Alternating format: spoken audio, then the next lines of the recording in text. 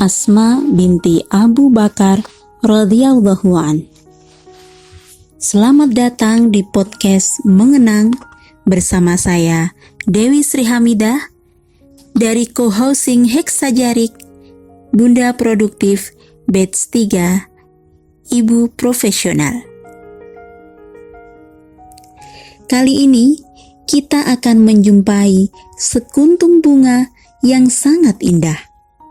Ia ditanam di Taman Islam dan disiram dengan air wahyu, sehingga menyelimuti seluruh cakrawala. Riwayat hidupnya masih terus dikenang dan terasa indah di hati dan telinga ketika mendengarnya. Kita akan bertemu dengan seorang sahabiah yang agung.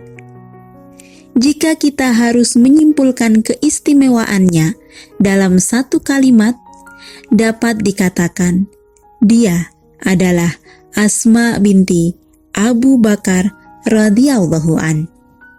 Statusnya sebagai putri dari Abu Bakar radhiyallahu an cukup menjadi keistimewaannya yang langka. Ayah Asma adalah manusia terbaik yang lahir di muka bumi ini setelah para nabi dan rasul. Ia yang menempati urutan pertama dari 10 orang yang dijamin masuk surga. Dialah Abu Bakar As-Siddiq. Suami adik perempuan dari pihak ayahnya adalah manusia paling agung, Muhammad bin Abdullah. Adik perempuan dari pihak ayahnya adalah Ummul Mukminin, Aisyah radhiyallahu an. Kakek dari pihak ayahnya adalah Abu Kuhafah. Ia memeluk Islam dan mendapat kehormatan sebagai salah satu sahabat Rasulullah Shallallahu Alaihi Wasallam. Suami Asma adalah orang yang dijuluki Hawari atau pengawal setia Rasulullah Shallallahu Alaihi Wasallam, sekaligus keponakan beliau dan salah seorang dari 10 sahabat yang dijamin masuk surga, serta seorang muslim yang pertama menghunuskan pedang di jalan Allah. Dia adalah Zubair bin Awam. Putra Asma adalah seorang khalifah, Abdullah bin Zubair. Dia dikenal sebagai ahli ibadah dan ahli jihad paling terkemuka. Saudara kandungnya, Abdullah bin Abu Bakar, seorang sahabat yang sangat cerdas dan mulia. Asma binti Abu Bakar lahir di kota Mekah sekitar 27 tahun sebelum Rasulullah Shallallahu Alaihi Wasallam hijrah ke Madinah. Ketika cahaya Islam menyinari Jazirah Arab, ayahnya adalah orang pertama yang memeluk Islam dari golongan laki-laki dewasa. Oleh sebab itu, tidak heran jika Asma radhiyallahu an memeluk Islam sejak dini, sehingga termasuk golongan as-sabiqunal awwalun. Asma berada pada urutan ke-18 dari orang-orang yang pertama kali memeluk Islam. Asma menuturkan, saat menikah denganku, Zubair tidak memiliki harta benda, budak, atau barang apapun kecuali seekor kuda. Aku selalu menyiapkan makanan dan merawatnya. Aku menumbuk kurma yang sudah matang dan memberinya makan dan minum. Selain itu, aku menjahit sendiri tempat minum dari kulit dan membuat adonan roti. Sebenarnya, aku tidak pandai membuat adonan roti, tetapi perempuan Ansar membantuku membuatkannya. Mereka adalah perempuan-perempuan yang tulus. Asma radhiyallahu an melanjutkan, aku biasa mengambil kurma dari kebun Zubair hasil pemberian Rasulullah Shallallahu Alaihi Wasallam dan membawanya di atas kepalaku.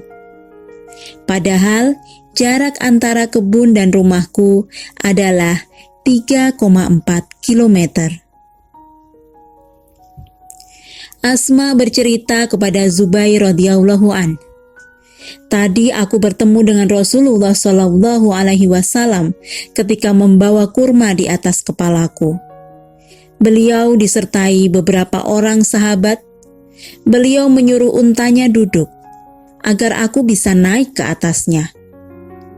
Aku merasa malu dan teringat sifatmu yang pencemburu. Zubair berkata, demi Allah, keadaanmu yang membawa kurma di atas kepalamu lebih memberatkan hatiku daripada naik unta bersama beliau. Asma radhiyallahu an adalah sahabiah yang menyiapkan makanan bagi Nabi Shallallahu Alaihi Wasallam dan Abu Bakar ketika mereka hendak berhijrah ke Madinah. Asma berkata kepada ayahnya, aku tidak membawa sesuatu untuk mengikat kecuali selendang pinggangku ini. Ayahnya berkata, kalau begitu, sobeklah selendangmu menjadi 2. Zubair bin Bakar bertutur tentang peristiwa ini.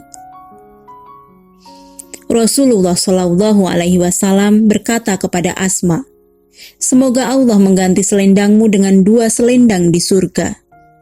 Sejak itu, Asma dijuluki Zatun Nitaqain, atau perempuan pemilik 2 selendang.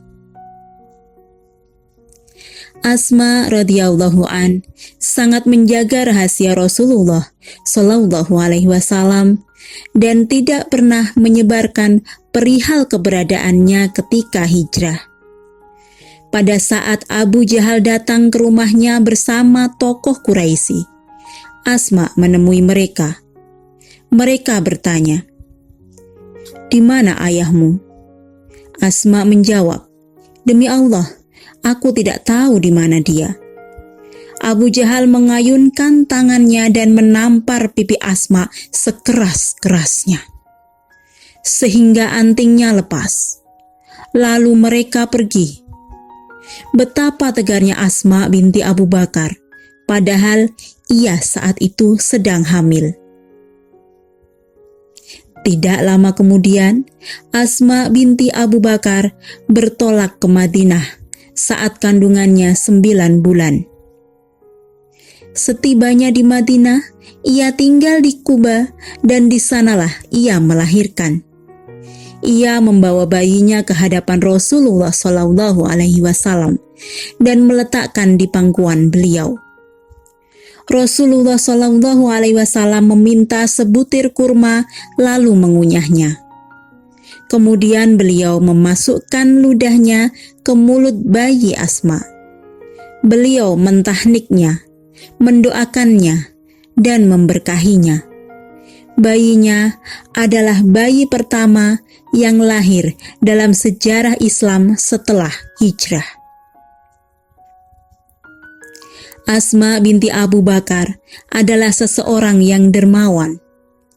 Jika memiliki sesuatu, ia tidak pernah menyimpannya sampai besok. Ia langsung membagikannya semuanya. Asma pernah jatuh sakit, lalu ia memerdekakan seluruh budak miliknya. Asma radhiyallahu an pun seseorang yang rajin berpuasa dan melaksanakan sholat malam dan selalu takut kepada Allah Subhanahu wa Ta'ala. Zubair bin Awam, suaminya, pernah berkata, aku pernah masuk rumah dan mendapati Asma sedang sholat.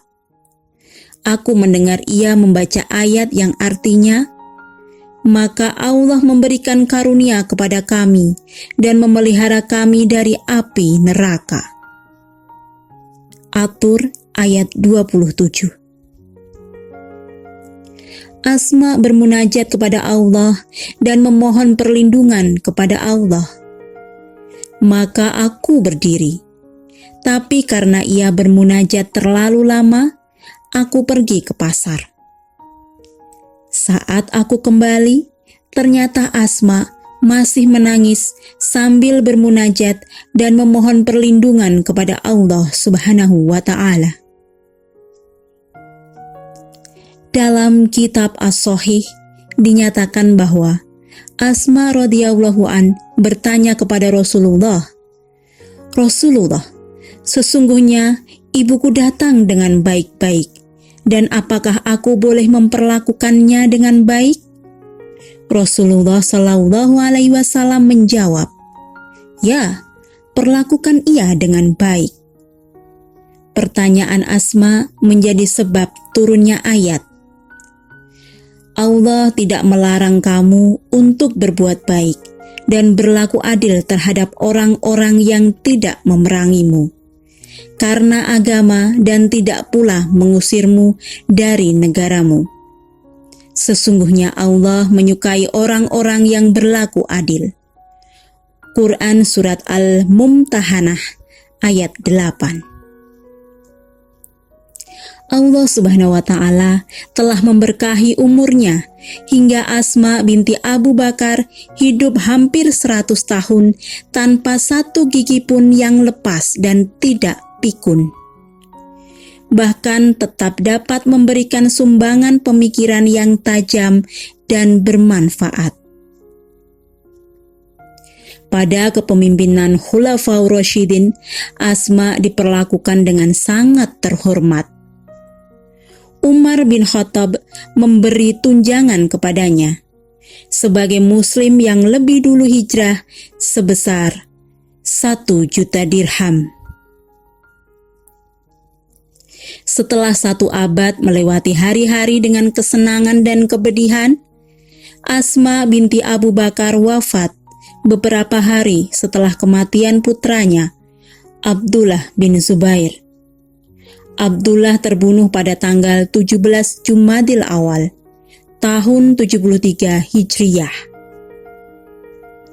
Az-Zahabi menambahkan, Asma adalah orang terakhir yang meninggal dunia di antara golongan muhajirin. Perempuan pemilik 2 selendang itu telah tiada, meninggalkan kita untuk selama-lamanya. Semoga Allah meridainya dan membuatnya ridha. Semoga surga Firdaus menjadi tempat persemayamannya. Sahabat, kenangan ini semoga menjadi cahaya bagi hati kita untuk meneladani ketaatan dan ketawakalannya kepada Allah Subhanahu wa Ta'ala.